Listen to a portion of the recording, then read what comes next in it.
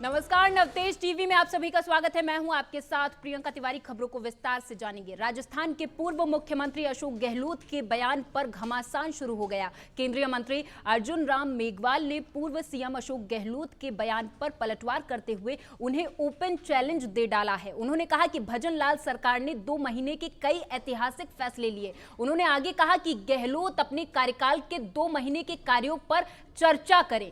अर्जुन राम मेघवाल ने कहा कि पूर्व सीएम गहलोत को कांग्रेस के जन घोषणा पत्र और बीजेपी के संकल्प पत्र को लेकर जनता के समक्ष खुलेआम खुले मंच पर चर्चा करनी चाहिए, लेकिन वो ऐसा नहीं करेंगे। विधानसभा की हार से हताश होकर मजबूरी में वो बीजेपी पर आरोप लगाते हैं। देखिए, पूर्व मुख्यमंत्री अशोक गहलोत जी,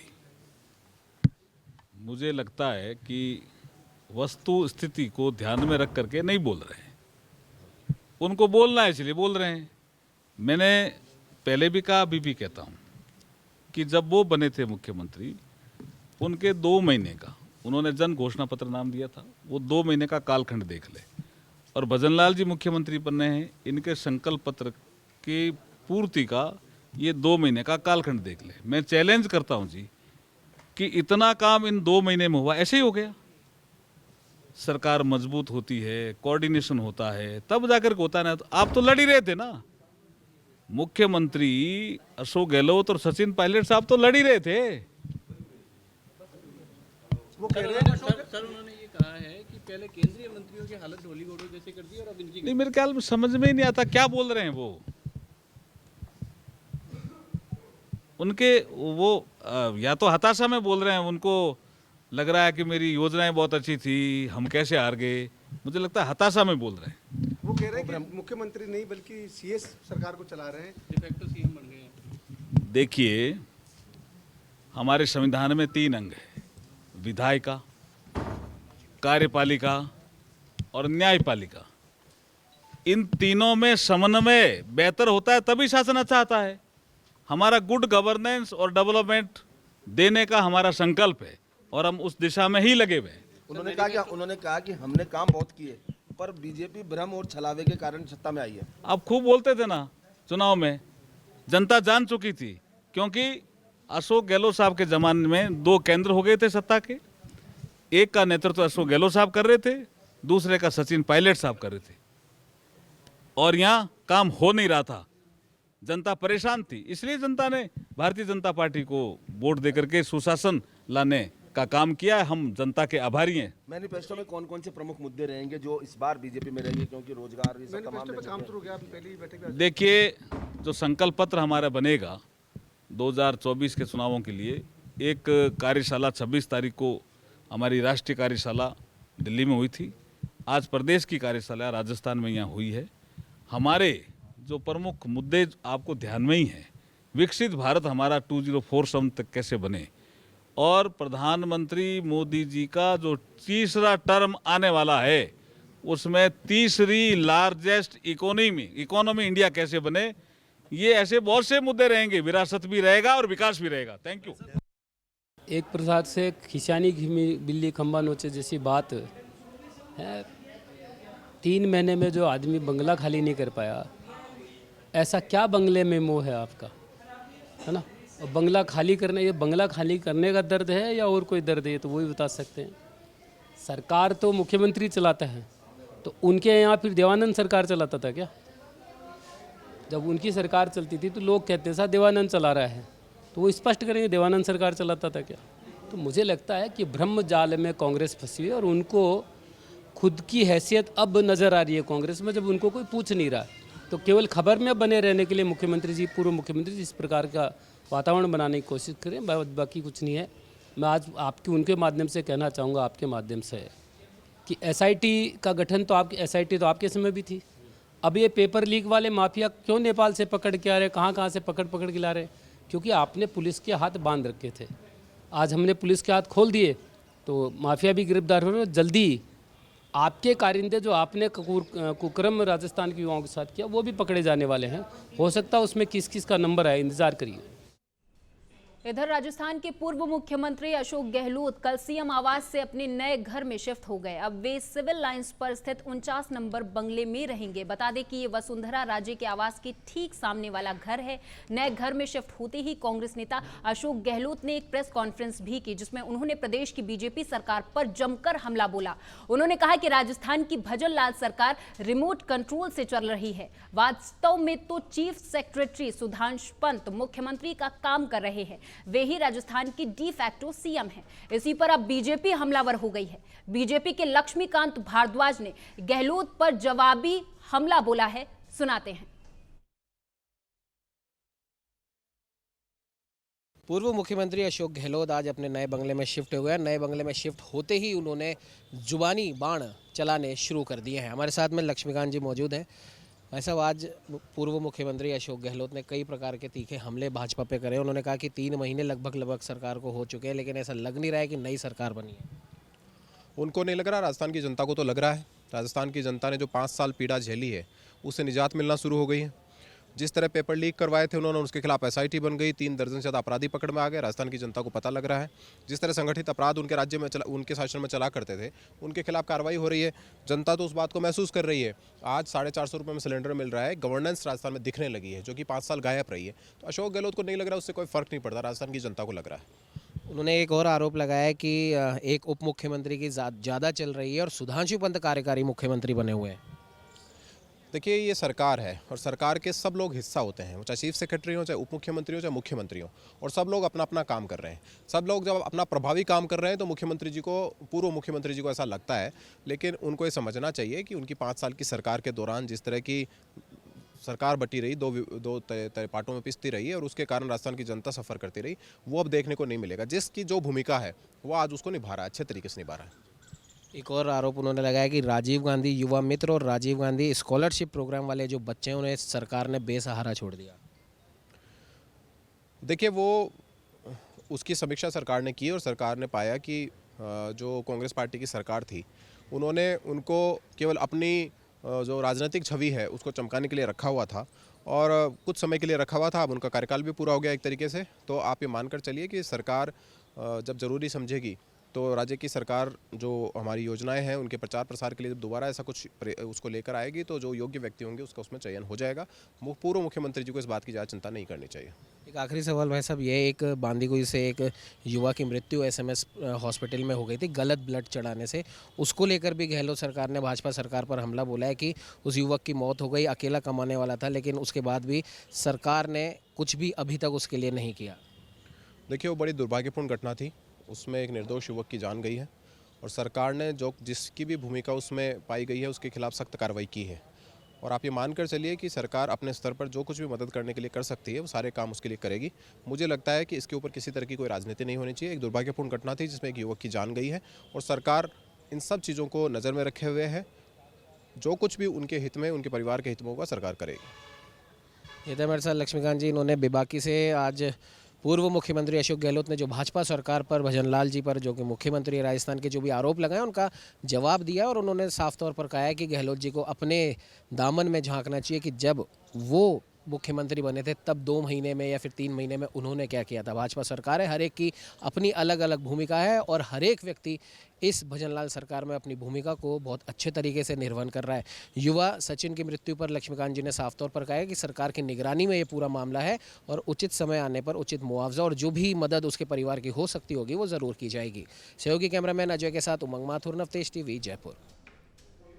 इधर संदेश खाली घटना को लेकर पूरे देश में बीजेपी प्रदर्शन कर रही है। राजधानी दिल्ली में भी बीजेपी प्रदेश अध्यक्ष वीरेंद्र सचदेवा, नेता प्रतिपक्ष रामवीर सिंह विधूड़ी ने नेतृत्व में बीजेपी कार्यकर्ताओं ने चाणक्यपुरी में जोरदार विरोध प्रदर्शन किया और ममता बनर्जी से इस्तीफे की मांग की है। बीजेपी कार्यकर्ताओं ने पुलिस के द्वारा लगाए गए पहले बैरिकेड्स तोड़े और फिर पुलिस से झड़प भी की। वीरेंद्र सचदेवा सहित 150 से ज्यादा बीजेपी कार्यकर्ताओं को इस दौरान पुलिस स्टेशन ले जाया गया है। इस दौरान दिल्ली बीजेपी अध्यक्ष वीरेंद्र सचदेवा ने कहा कि जिस तरह से ममता बनर्जी अपने शेख को बचा रही है, उसी तरह से अरविंद केजरीवाल अपने अंकुश नारंग को बचा रहे हैं।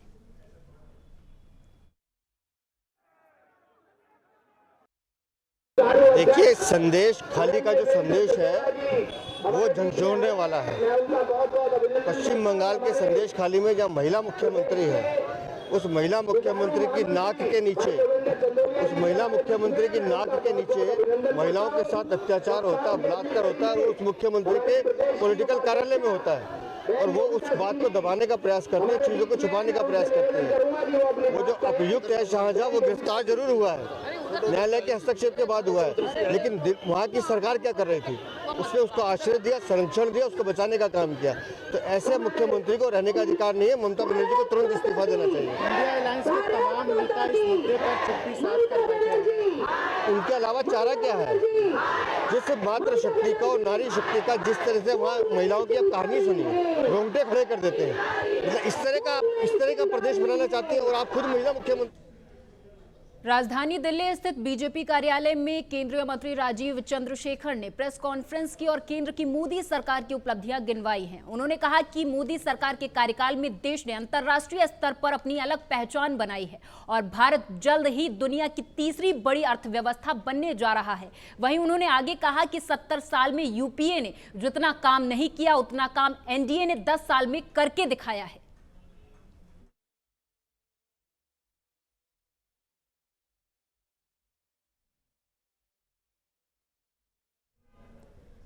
नगर निगम जयपुर हेरिटेज में हवा महल जोन क्षेत्र में हवा महल जल महल की पाल पर सफाई श्रमदान कार्यक्रम का आयोजन किया गया था। श्रमदान के दौरान हवा महल विधायक बाल मुकुंदाचार्य, हेरिटेज निगम महापौर मुनेश गुर्जर, पार्षद और आयुक्त अभिषेक सुराना समेत निगम के कई अधिकारी और कर्मचारी मौजूद रहे, जिन्होंने जल महल की पाल पर साफ सफाई कर आमजन को स्वच्छता का संदेश दिया और लोगों से कचरा न फैलाने की अपील भी की।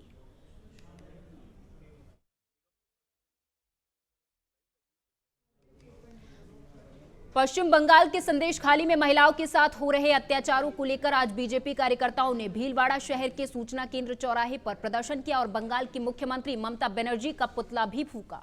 इस दौरान नगर परिषद सभापति राकेश पाठक, विधानसभा संयोजक अनिल जैन समेत बीजेपी के तमाम कार्यकर्ता मौजूद रहे।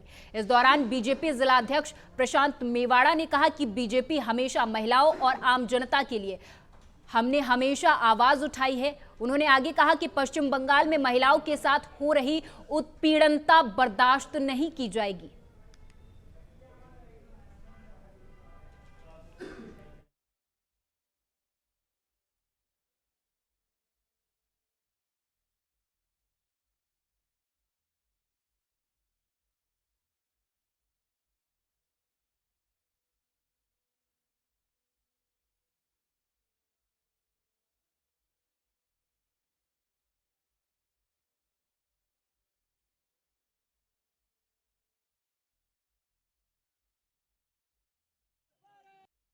ये दुर्भाग्य की बात है कि आज की दौर में भी जिस प्रकार से सोशल मीडिया भी इतना मजबूत है और लोकतंत्र भी इतना मजबूत है, जिसमें कोई व्यक्ति इतनी घिनौनी हरकतें कर सकता है कि एक महिला नहीं अनेक महिलाओं को जिस प्रकार उनके साथ यौनाचार किया जाता है, उनकी जमीनों को हड़प लिया जाता है, उसके बाद तृणमूल कांग्रेस के कार्यालय में महिलाओं को बुलाया जाता है और उनके साथ किस प्रकार की घिनौनी घटनाएं की जाती है। इसको लेकर भारतीय जनता पार्टी ने आज पूरे राजस्थान में प्रत्येक जिला मुख्यालय पर ये सांकेतिक विरोध किया है और ममता बनर्जी का पुतला दहन किया है और भारतीय जनता पार्टी इसकी पूरी जांच की मांग करती है। इसकी जांच करेंगे तो ममता बनर्जी निश्चित तौर पे।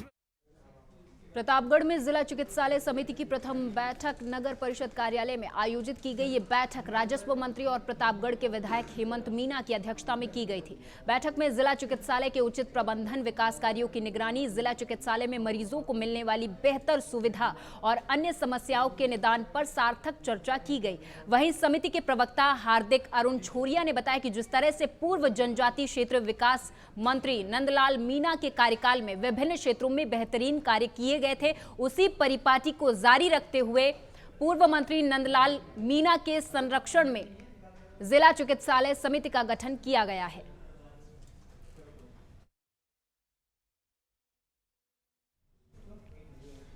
इधर टोंक में जिला बीजेपी पदाधिकारी ने घंटाघर चौराहे पर तृणमूल कांग्रेस के खिलाफ विरोध प्रदर्शन किया और टीएमसी नेता शाहजहां शेख का पुतला फूका। इस दौरान प्रदेश बीजेपी के निर्देश पर संदेश खाली में महिलाओं की यौन उत्पीड़न और जमीन हड़प के आरोपों के बाद बीजेपी ने प्रदर्शन करते हुए टीएमसी नेता को केंद्रीय एजेंसियों को सौंपने की मांग की।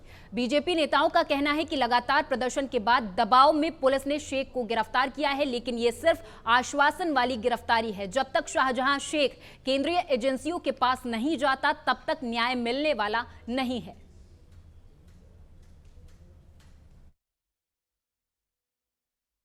आज प्रदेश भाजपा जिला भाजपा की तरफ से जिले की तरफ से रोष व्यक्त किया है, क्योंकि टीएमसी के नेता शाहजहां शेख ने जिस प्रकार से महिलाओं के ऊपर अत्याचार किया है, उनके साथ बलात्कार किया कई सारी महिलाओं, उनके ऊपर अभी तक कोई ऐसी कार्रवाई हुई नहीं जैसी होनी चाहिए थी।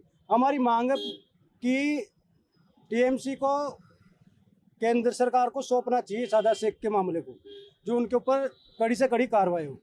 नगर निगम जयपुर हेरिटेज में हवा महल जोन क्षेत्र में जल महल की पाल पर सफाई श्रमदान कार्यक्रम आयोजित किया गया था। श्रमदान के दौरान हवा महल विधायक बाल मुकुंदाचार्य, हेरिटेज निगम महापौर मुनीश गुर्जर, पार्षद और आयुक्त अभिषेक सुराना समेत निगम के कई अधिकारी और कर्मचारी मौजूद रहे, जिन्होंने जल महल की पाल पर साफ सफाई कर आमजन को स्वच्छता का संदेश दिया और लोगों से कचरा न फैलाने की अपील भी की।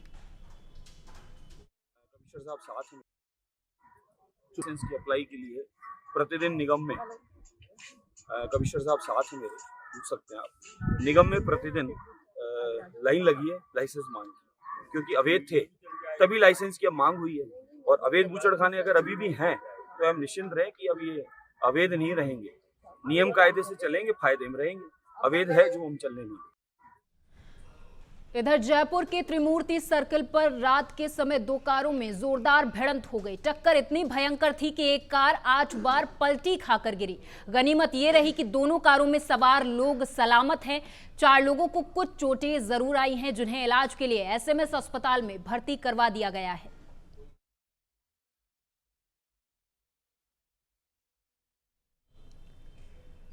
पश्चिम बंगाल के संदेशखाली में महिलाओं के साथ हुए अत्याचार और हिंसा के खिलाफ बीजेपी ने अलवर के मिनी सचिवालय के बाहर मुख्य गेट पर विरोध प्रदर्शन किया और बंगाल की मुख्यमंत्री ममता बनर्जी का पुतला भी फूका। इस दौरान बीजेपी के कार्यकर्ताओं ने पश्चिम बंगाल सरकार के खिलाफ जमकर नारेबाजी की। बीजेपी के जिला अध्यक्ष अशोक गुप्ता ने बताया कि पश्चिम बंगाल में निरंकुशता अपने चरम पर है।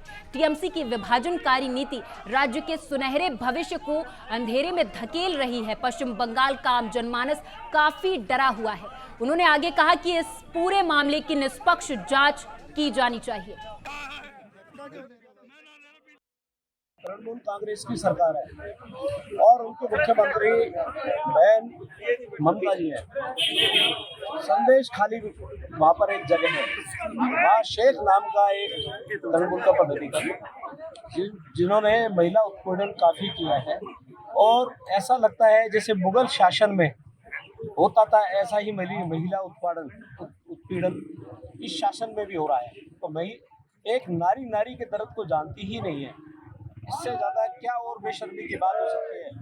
ममता दीदी को तुरंत इस्तीफा दे देना चाहिए और अगर नारी के दर्द को समझा तो इस देश के यशस्वी प्रधानमंत्री ने समझा। नारी का अगर सम्मान किया तो इस देश के यशस्वी प्रधानमंत्री ने किया। नारी की सशक्तिकरण की जहाँ बात आती है तो इस देश के प्रधान।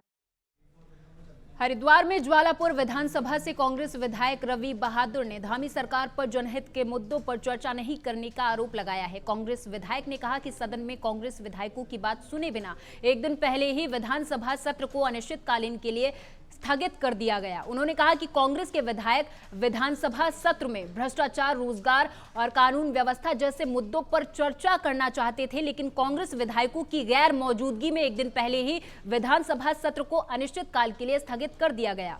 उन्होंने कहा कि सड़कों पर इन मुद्दों को उठाने का काम हम जरूर करेंगे।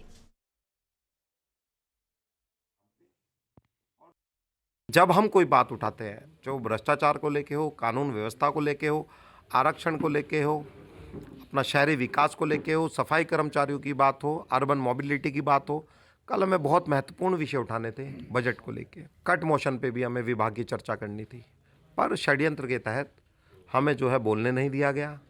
सभी सदस्यों को और फिर आनन फानन में जो आज का भी बिजनेस था सरकार ने वो भी कल ही पास कराने का कार्य करा और सदन को अनिश्चितकाल के लिए उन्होंने स्थगित करने का काम।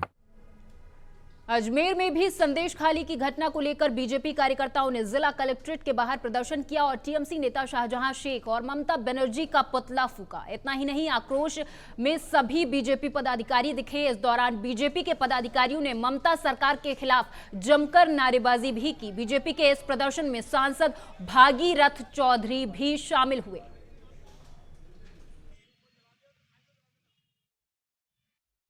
वो महिला विरोधी सरकार है। एक महिला होकर खुद ममता बनर्जी महिलाओं के साथ सरेआम अत्याचार करा रही है, उनके साथ बलात्कार करा रही है और उनकी हत्याएं करा रही है। हम चाहते हैं कि पश्चिम बंगाल में ममता सरकार को बर्खास्त किया जाए, वह राष्ट्रपति शासन लागू किया जाए और महिलाओं पे जो अत्याचार हो रहा है उसको बचाया जाए। इसके लिए आज यहाँ पुतला दहन। खबर हरिद्वार से है, जहां हरिद्वार पुलिस लगातार नशे के खिलाफ प्रदर्शन कर रही है। एक तरफ पुलिस सट्टे के कारोबारियों पर शिकंजा कस रही, वहीं दूसरी तरफ हरिद्वार में स्मैक के तस्करों को भी दबोचा जा रहा है। एसएसपी प्रमेंद्र डोभाल ने बताया कि पुलिस ने 4 अभियुक्तों को गिरफ्तार कर उनके खिलाफ मुकदमा दर्ज कर लिया है। कार्रवाई जारी है। एएनटीएफ की टीम हमारी लगातार यहाँ पर कार्रवाई कर रही है। पूर्व में भी ये जो मुख्य अभियुक्त जो आज पकड़े गए हैं, ये पूर्व में भी जेल गए हैं। इन पे हम लोग लगातार लगे थे। खासकर इसमें अभिषेक और इसकी वाइफ मीनू है और इनके साथ साथ रईस और एक शहजाद, ये 4 लोग हैं। सूचना ये थी कि जो रईस और शहजाद हैं ये बरेली से कुछ सामान यहाँ ला के इन्होंने डील करना था स्मैक का, और इनके घर में ही ये डीलिंग तय की गई थी। एएनटीएफ के पास जो इनपुट था उस पर इन लोगों के द्वारा कार्रवाई की गई। इसमें हमारे एएनटीएफ के प्रभारी शांतनु हैं, इनके साथ हमारे एसपी सिटी, इनकी पूरी टीम ने एक प्रॉपर तरीके से इनको कॉर्डन ऑफ करके घर से ही इनके बरामद किया है। करीब 308 ग्राम स्मैक बरामद किया है, जिसकी रावत भाटा से खबर है। दरअसल बीजेपी के किए अद्भुत कार्यों के लिए मीडिया प्रभारी पद्मा सोनी ने बीजेपी के प्रति आभार प्रकट किया। इस दौरान उन्होंने कहा कि बीजेपी के पदाधिकारियों और कार्यकर्ताओं ने भारतीय रेलवे विभाग के द्वारा नीमच से कोटा वाया बेगू सिंगोली रावत भाटा रेलवे लाइन के अंतिम सर्वेक्षण के लिए 5,03,25,000 रुपए आवंटित किए। इस दौरान उन्होंने खुशी भी जाहिर की और आतिशबाजी करते हुए पटाखे भी जलाए।